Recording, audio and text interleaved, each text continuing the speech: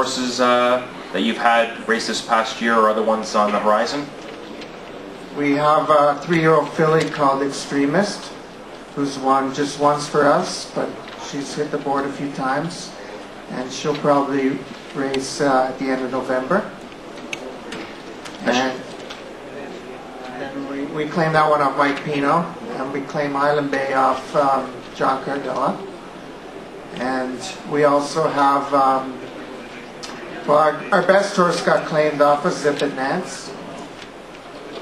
And we're going to try and find another Zip and Nance this winter at Gulfstream.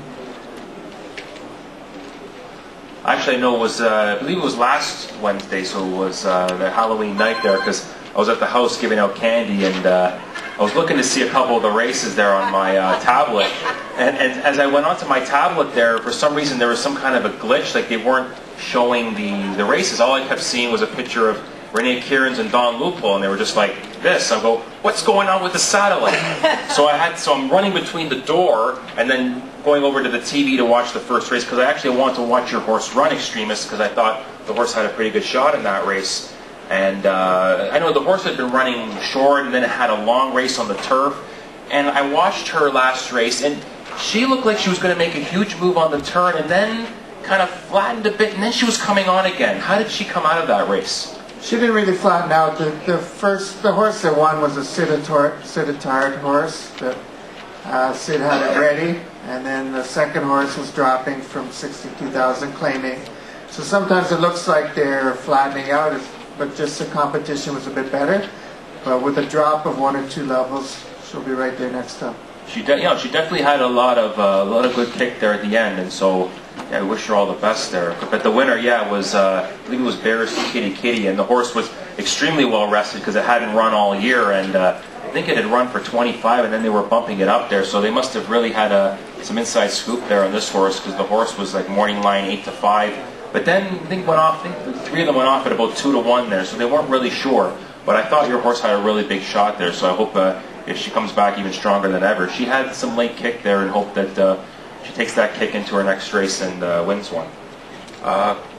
We also have one that we bought off Ian Wilkes at Tampa in the winter time, and he's going to probably race in around 2 weeks. His name's called Tiempo Libre. And make sure you bet that one.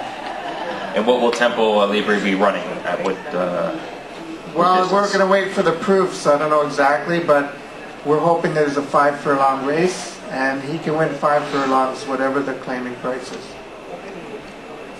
So this coming, when you have once the racing season ends, and will you be running a lot of your horses at Tampa Bay Downs, or looking to race them elsewhere, looking to claim some more? We might send Extremist to Penn National, and Tiempo Libre might go to Charleston. Will you be looking to run Extremist on the dirt, or because the horse can run on turf? So are you thinking to run the horse on turf at Penn National, or? Penn National's a good track, not so much because it's dirt, just because I think she can win an allowance race there. Whereas if you send her to Gulfstream or Tampa, it's pretty tough to win allowance down there. So we try and win an allowance race and then drop her and get her claimed and get something fresh. Do you feel confident in her ability to run at Penn National on the dirt surface? Has she trained on like a training dirt surface before, that you feel good sending her over there? If you take a Woodbine horse to Penn National, you should win.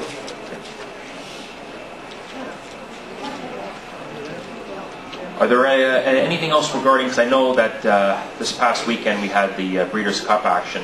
Were there any races within Breeders' Cup Day, both Friday and Saturday, that caught your eye? Any horses that we could look back on and see how well they'll do next start? Well, I got fooled, like a lot of people, by Game On Dude. I would have won the win 4. I keyed that one, but it looked like the East Coast horses were doing a lot better than the California horses. Going in, and looked like Game On Dude had an advantage because that's his home track, but I think they changed the surface there something, and the East Coast horses did the damage. I'm with you, because I thought for the Classic there that Game On Dude certainly had a shot, big shot. I wasn't a huge believer on him until this year. He was really running big. And then his last effort there, before the Classic obviously, he made me a believer there because he was just sitting along the inside there, was just tracking the leader, and then just pulled out. It looked like he had a ton of horse, and then pulled away under Rafael Bejarano. And I thought, you know, this horse for the Classic, if he can get a similar racing trip, that it's lights out. And yeah, it didn't happen. The start wasn't all that great, and then made a middle move, and the rest was history. Just was completely flat, had nothing left. So looks like they're going to go back to the drawing board and see what can happen with this horse next time out. I mean, all the greats, you know, sometimes they have their bad days, so we'll hope that Game On Dude can bounce back after that effort. But taking nothing away from Fort Larn. He wasn't beating good horses in California. The East Coast horses were much better. In Fort Larn, he had good numbers too. So it wasn't really such an upset, even though the odds were very drastic. Yeah, it did seem like it was generous on Fort Larn. And yeah, like you said, of all the East Coast ones running so well, Mucho Macho Man had a big effort. Even Flat Out had a big effort. Also, Ron the Greek made a nice big run there and ran, I believe the horse ran fourth. Big effort like that. Yeah, and fifth, I believe, was Richard's Kid. So that was the best one that came out of the West Coast. So, were there any other races that caught your eye on that day? Or at least one that caught my eye was Royal Delta. I mean, you really got to tip your hat off to her and jockey Mike Smith of going gate to wire in the BC Ladies Classic. Royal Delta made sense because she was pointed to run in the Classic as well, so obviously they thought high of her. So when she ran just against the fillies, she made a lot of sense. Pastrana, of course, was overrated. They bought him and he had a boat tended and he only had a couple races. How much did they buy Awesome Feather for? Was it something like 2.3 million, something along that? I'm not sure when they bought her. She's a filly, so they'll breed her now and they'll get some of their money back in the breeding, but it was a good sale by the previous owner for sure. As I talked to some connections regarding Awesome Feather, this was a couple of weeks before the BC Ladies Classic, and I said to him, I said, how do you feel about Awesome Feather going into the race? Because I know she's good, but I had my doubts because she's had all these layoffs, so I just wanted to get some reassurance. And he said that she was good to go, but something told me, something deep down said, I don't know. I think she's going to be within mid-pack and she's not going to fire, and that's exactly what happened. She just didn't have it. And Royal Delta has just been like a model of consistency and how good she's been, and can come off the lead, go to the lead, and Mike's done a terrific job with her. I mean, can't knock Mike Smith. He's one of the best in the world.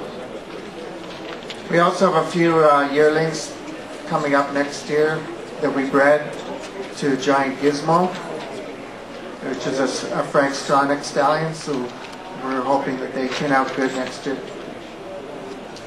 So have you taken the trip to Adena Springs Farm there and seen how the whole layout is and everything? How they had a stallion show a couple weeks ago, and they showed all their stallions. And we bred the Giant Gizmo, and Roger Atfield just retired a horse called Musketeer Miss, and he's a stallion there too, and we might breed to him next year. They got around 8 stallions there, and they're very good stallions. One we were very impressed with, Shale, was Plan. Yes, I was just going to mention Plan. Plan, I think we're breeding one to Plan. We have a few brood mares. Plan was definitely, at least when we took our trip there, Plan was very frisky. It was putting on a show for us. So, yeah, if you definitely breed to Plan, looks like you're going to get quite a runner there. Also considering Milwaukee Brew for any breeding? Milwaukee Brew, we haven't gone to, no. And I named that one Double for Less because I like to play blackjack. And if you're doubling your bet, but you don't want to match the whole bet, it's called Double for Less, and that's the name of it. And that one's going to be training at Gardner Farms in the winter, and hopefully be ready to go early in the 2-year-old year next year. We have one also by the late Negon that we're partners with, another person. So we'll have one of the last Negons.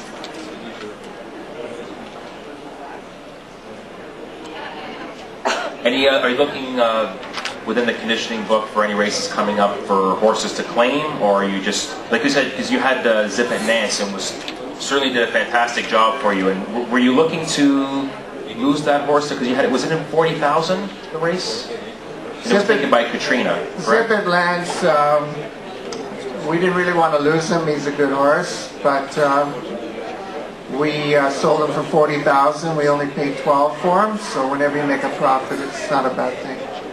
But we'll find another one at Gulfstream this spring. Gulfstream, you can claim a horse in March and bring it to Woodbine in April, and they're ready to go. He was extremely game for you, because I remember back early in his career there, he just seemed to be one-dimensional, just going to the lead, and just hoping to hang on. And all of a sudden, really, really matured, was at times getting to the front and really hanging on, other times just sitting off the pace and then making a big move. Was that a lot of the training going into that, or just the horse just developed and matured on its own there and how it was racing? He was a very nervous horse when we claimed him, and Denise did a good job relaxing him in the morning, giving him some medication to calm him down in the morning, and also I think the jockey Sunny Singh and Justin Stein, they helped get him to come from a bit off the pace. So at Woodbine it's better to come from off the pace, so if you can get them to relax, it's a good thing. I know some of them are partners and things, and next year we might go up to 10 stalls. It should be easier to get stalls next year because of the purse reduction, and some American outfits might not come up here next year. So, you know, one positive out of all the problems we're having is it might be easier to get stalls next year. So we might try and expand a little bit next year. I know there was one horse running at Woodbine, and I saw his last couple of starts were at Fort Erie, a horse named Vita's Ruckus. Is that yours? We named that one after our son Vida. The announcer called it Vita, but it's really Vida. And she couldn't make it at Woodbine. We dropped her in at Fort Erie, and she won and got claimed. And it's too bad she wasn't so good because it's named after my son. But we'll name another one, I'm sure, after him. We bought that one in Ocala sale, and I find it's easier to claim horses than to buy at sales. I know Nick was saying before that he prefers to buy horses at sales and in Kentucky and things like that, and breed them, but if you claim a horse, they're ready to go and you can race them right away, whereas if you buy a young horse, you've got to wait a long, long time. So I think it's more lucrative to claim horses. What Nick was saying, it's hard to claim a horse for $10,000 and turn them into a stake horse, but you know, for him, he's looking to win stakes races, but for us, we're happy just to win any kind of race. So, you know, everyone's got their own agenda.